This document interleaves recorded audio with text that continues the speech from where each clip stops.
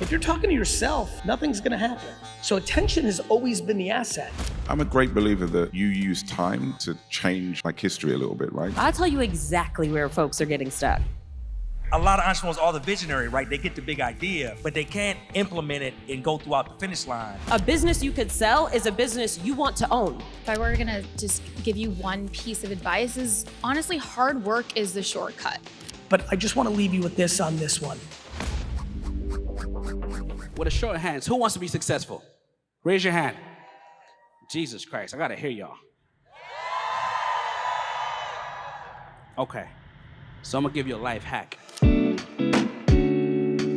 The key to being successful is you have to define it for yourself. And I would argue that the greatest failure in life is when you achieve success, but you never find fulfillment. I would argue that's the biggest failure in life. When you do achieve success, but you never find fulfillment because you let other people define what success means to you. Okay, so humble Lukanga, what is success to me? It's not how much money I have in the bank account or how many clients I manage or whatever prestige people I have. You know what's my success? Man, when I can't wait to go to work and I can't wait to come home. Man, that's my definition of success. Like, Beautiful. I'm enjoying my life 360. So figure out exactly what your measurement of success and then find fulfillment. The more success you have, the more successful people you meet. The more successful people you meet, the less successful you feel. You see what I'm saying? So there's no there. So the only thing real, the only thing that's a yes or no proposition is, are you fulfilled? When you find fulfillment, you got it all. Hey! The advice that I have for all the founders in the room, if I were gonna just give you one piece of advice, is honestly, hard work is the shortcut. Like, there is no shortcut. And so you have, even today, even after exiting, like, I still, right now, our company is working 24/7. Like, literally, the company is like, we have international team and an onshore team, offshore team, because it does take hard work. And I don't want to diminish that value. So I remember as an early founder, I'd be like, when I get to X, when I get to 1,000 customers, when I get to 10 employees, when I get that $1 million check, when I get to this, when I get to this, I assumed that it would get easier. But it didn't, and it didn't get easier. You do get better there's a next level of problems to solve. And honestly, any entrepreneur, anyone who's been on this stage that is on the other side of it, all success stories will all tell you they just didn't give up along the way, because the challenges are going to be there. Entrepreneurs, like, the journey it is like a roller coaster. We've all not just seen the meme, we live that meme every day, right? We can have the world's greatest news, and we get a, amazing customer that we weren't expecting, or something hits, and at the same time, you can get the worst news in the same day, right? And it's hard, and it's going to be hard. So you have to really, there's a hard work component to it, but how do you actually stay motivated to work hard is because your why has to really be strong. You have to really want to be successful beyond just for you. You cannot survive on freedom of dollar alone, okay? You have to have freedom of time. You have to have freedom of impact. And when you can combine freedom of dollar and freedom of time and freedom of impact, that is when all of that magic happens. And that's what I hope for all of you. I'm a great believer that you use time to change history a little bit, right? So, look back to being homeless. Some of the things I learned when we were homeless was incredible resourcefulness. I was thinking about this morning, that our school was 3 miles away from our home, and sometimes we didn't have money for the bus. So my mum would take us to the taxi rank, where the cabs were. And we'd just stand on the taxi rank until one of the taxis had a fare that was in the direction of the school. And she would hustle the taxi driver to say, hey, you're going that way anyway, you may as well take my kids half the way to school. So I didn't live in despair in those moments. I learned things, I learned resourcefulness, I learned resilience, and all of those things have helped me in my career. I grew up in sales, and then I had the opportunity to run the non-Americas part of an American software company that wanted to grow outside of the US. We did a great job building that company and sold it to Oracle, one of the largest tech companies on earth. And that got me into the conversation with private equity and investors who are buying software companies in Europe. What I learned through each of these CEO experiences is how to really change the trajectory of a company, like find the one or two things that this company can be great at and just double down on those things. And over time, we've been able to grow and scale companies and get them attract interest from much bigger companies to acquire them. When you think about the complementary skills that you all have, what do each of you bring to the table the most, and how does that help you generate millions every year? And I focus on the vision, like where's the company going? Like what's the steps for us to hit the financial targets and goals we have that we forecast and bring out? And the benefit of what Ronnie talked about. And a lot of times people say, I wish my spouse was involved, or, I wish I had a partner that was involved. What a lot of times people don't realize is not just that me and Ronnie are married. It's the fact that we've combined a visionary and an integrator, right? The person that can cast the vision and then somebody that can implement the vision. Too many times we're meeting entrepreneurs where a lot of entrepreneurs are the visionary, right? They get the big idea, but they can't implement it and go throughout the finish line. So you may just be one partner away, like somebody you need to connect with that can help you implement that dream, that vision, and help you get to what you need to get to. And that could be the difference between that first million and not. I built the business with specific acquisition partners in mind, especially because the size inclusive side of fashion it's a small family. You kind of know everyone after a while. And so Universal Standard was always on my vision board. And because of that, the conversations about acquisition were organic and they took a while, and it was about getting to know each other and as founders and the businesses. And so the actual conversations took about a year, and they happened twice over. So the first time around, I got really excited. Oh my God, it's your baby. She's gonna be given away and have a great life. And then something happened to the market or what have you. It wasn't possible to work out. And I kind of, in those months, made peace with the fact that it might not go where I wanted it to go. And then the conversation picked back up almost a year later. Thereafter lasted a few months with legal and just sorting out the details, and probably happened signed, sealed, delivered about a year later. So a long process. And I had been working on that relationship with those incredible founders who are mentors and peers of mine for, at that point, maybe 5 to 6 years. And I'm not saying that I knew exactly what was gonna happen or how I was gonna build it, but I at least had a feeling of the kind of life I wanted to be living, the kind of contributions I wanted to make to fashion and to my customers and community, and how I wanted, in an ideal world, the business to live on. And so for me, fashion is not the best business for venture in the first place. And then I was trying to do something that was so different from how fashion treats fat folks and the product we were offered. And it did not align with the most profitable 10x exit business plan. And so I knew at least that I wasn't gonna do it with venture. I was gonna do it our own way and have control over the business. We weren't gonna be huge, but we were gonna be in our niche really, really, really well and know it from every angle. It went to the right place, and I was so happy with how it went. And I got to do a transitional contract for about a year and hand it off and work on some collaborative designs. But more than anything, it was a mental shift, I'm no longer the CEO of my own business. I no longer walk into a room with that being my moniker and that attached to my confidence sometimes.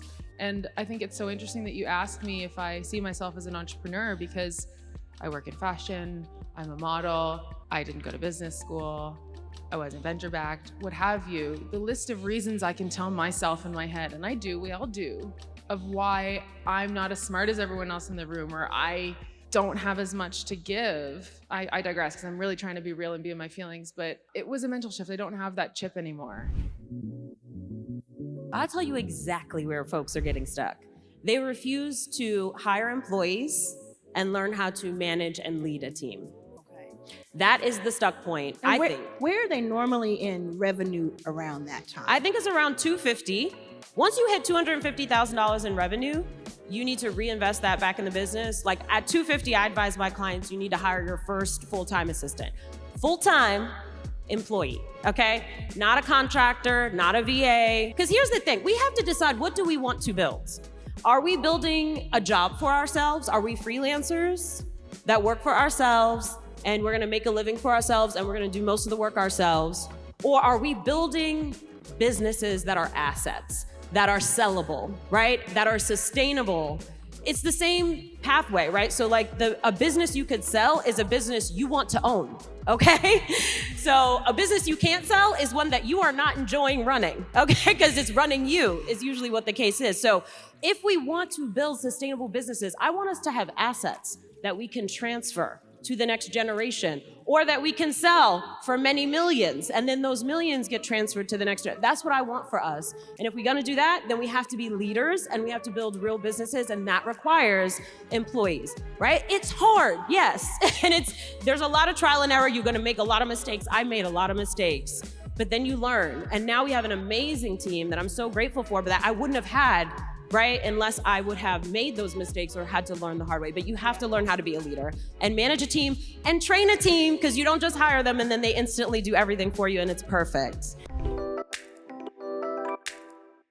Yeah, I appreciate you asking that, because I think venture capital also gets a really bad rap around it. And there's a lot to be careful of, right? When you take someone else's dollars like that, you have to return that capital. So you have to take that very seriously. And I think founders think that they want to have an investor because it's sexy and it's like, right, it could solve all of these problems. But also having an investor means you're getting married, like you have a business partner, you have somebody else's say in your business, and you have to get comfortable with that as well. But if you do want investors, your business also has to be investable.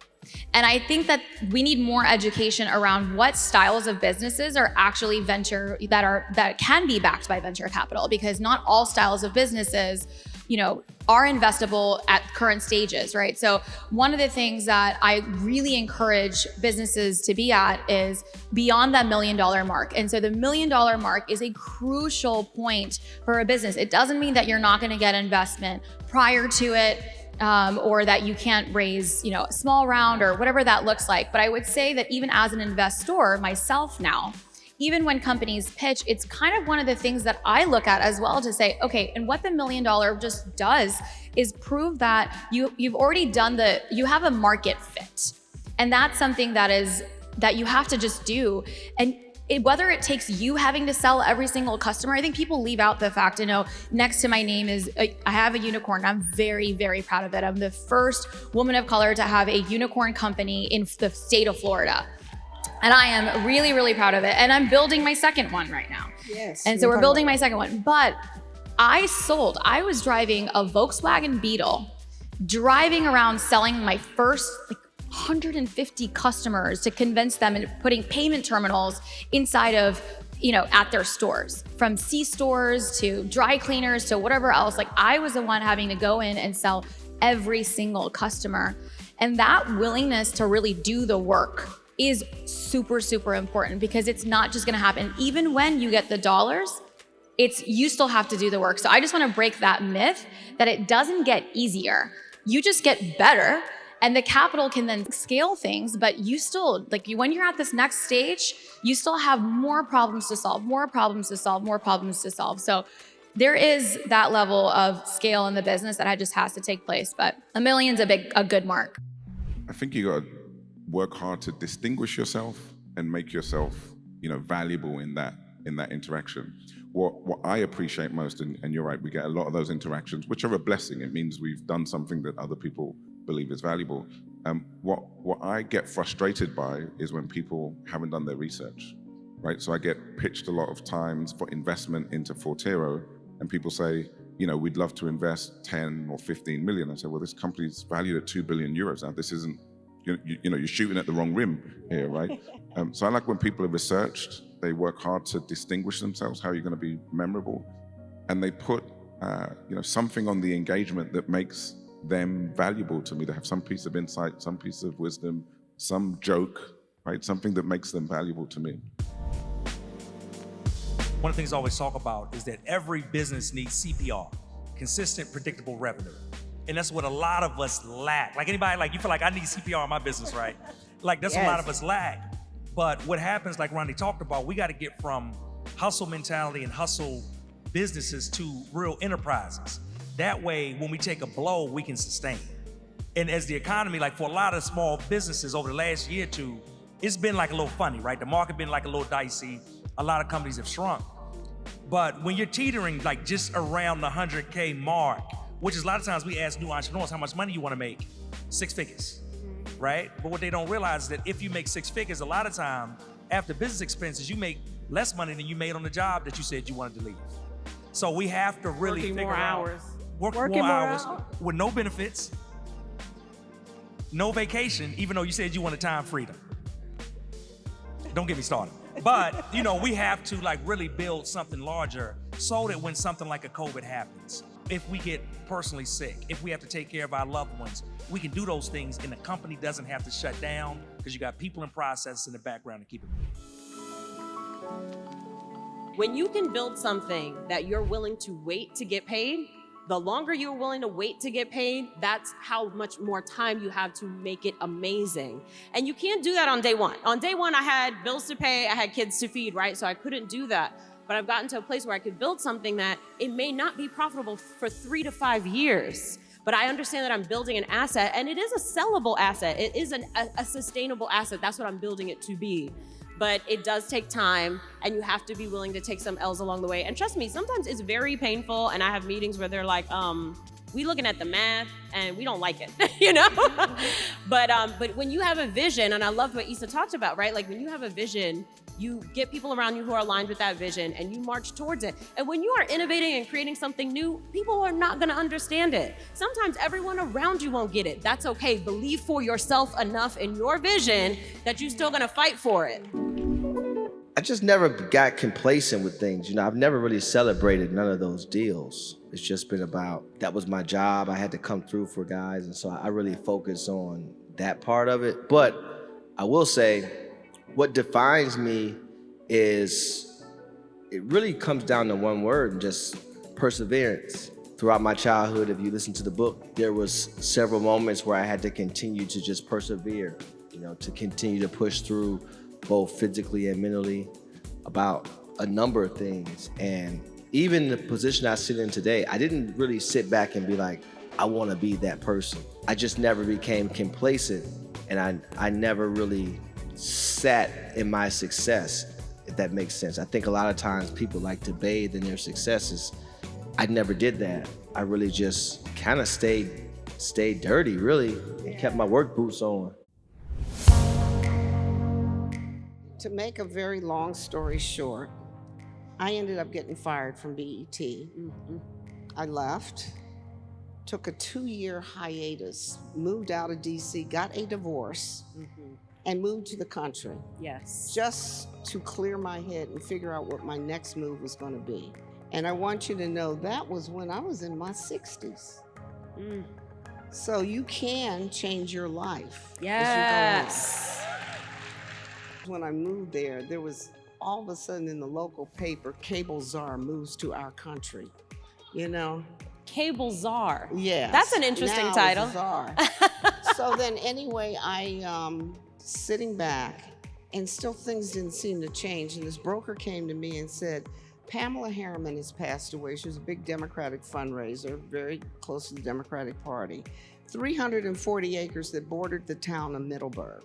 Says, would you be interested in it? I went up, walked up on this beautiful piece of property, and the light bulb went off. I said, I'm getting in the hospitality business. Now, I don't know anything about hospitality. I didn't know anything about building a network either. So don't be afraid to make that your next move. What you do is you hire and find the best in the business that are going to help you. This is when you step back and you learn your vulnerability. And just do it. I found the best in the business, people that were smarter than me, that could help me build this business. And it has paid off. So for everybody in the audience, whether it's you as a human or the business that you're running, at the end of the day, Branding is the only thing. How has social media changed my life? The same way television changed Johnny Carson and Oprah and Jimmy Fallon's life. Attention is the asset. Like, you can't sell anything. And when I say sell anything, I mean even yourself, or something noble like raising money for a nonprofit, or something entrepreneurial like selling your necklace or your sneakers. You can't sell anything unless you have the attention. If you're talking to yourself, nothing's gonna happen. So attention has always been the asset.